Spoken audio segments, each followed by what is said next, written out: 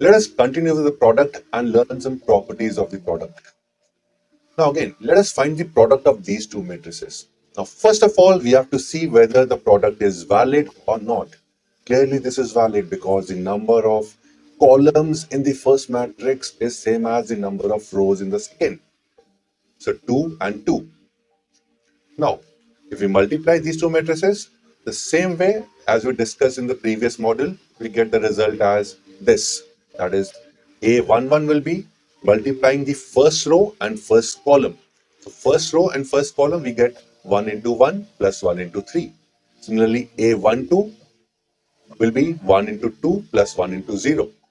Similarly, A21 will be minus 1 into 1 plus 2 into 3. Correspondingly, we can fill up all the elements likewise to get the final result as 4, 2, 5, minus 2, 9, 0, a matrix of the order 3 by 2. Now, let us look at some of the properties of product. Now, matrix multiplication is not commutative in general. Normally, A into B is not equal to B into A. Let us take an example. This is not always true. Now, for example, if A is a matrix of the order 3 by 2 and B is a matrix of the order 2 by 4, now we can see that AB product is defined because the number of columns in A is the same as number of rows in B.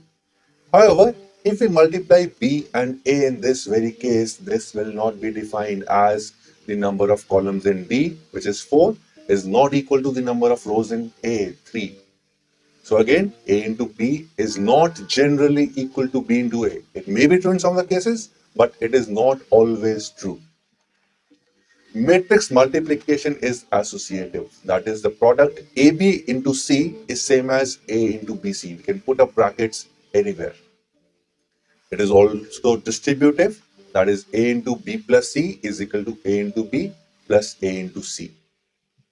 Again, if we multiply a matrix by a null matrix, we get a null matrix, which is very obvious because all the elements in the null matrix are 0. That is, A m by n into a matrix of the order n by n, which is the null matrix, will give us a null matrix. Exponential laws hold for the square matrices. That is, we can play with the powers in case of square matrices. So A to the power n can be written as A into A to the power n minus 1, or am into an can be represented as am plus n. Same way, am to the power n is am n. So this is only true for square matrices. You have to remember this. Only true for the square matrices. For rectangular matrices, the powers is not defined. Powers of a matrices is never defined because we'll not be able to multiply two rectangular matrices in similar way. Now, in case of matrices, if we have to multiply, or if A is A11, A12, A21, A22, a square matrix of order 2, then Ka will be Ka11, Ka12, Ka21, Ka22. That is, K gets multiplied to each and every element of the matrix. But this is not true in case of determinants. This is not true. Determinant of K, if we have to find, now K is again a matrix, so K gets multiplied, but we have to find the determinant. Now, how do we find the determinant? Using the properties of determinant, we know that K can get out of the row or column. So one of the K gets out of the first row, another K gets out of the second row. So we get K square into A11, A12, A21, A22's determinant. So the behavior of the constant in the case of matrices and determinant when get multiplied is different. For example, if A is a matrix 2, 1, 3, minus 1, then twice of A determinant, will it be twice of determinant A or 2 square of determinant A? Which one will it be? Yes, you're right. It will not be 2 times determinant A. It will be 2 square times determinant A because 2 gets carried out of each row and column. So it is true in case of determinants, but in matrices, it gets multiplied with each and every element. You have to remember this.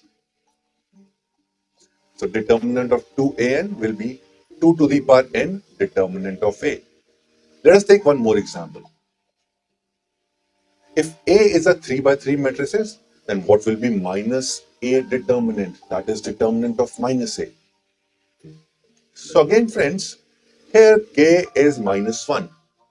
The determinant of minus A is A to the power n or minus 1 to the power n determinant of A. What is n in this case? N is 3 because this is a matrix of order 3 as given in the question. So putting n as 3, we get minus determinant of A as minus of determinant A.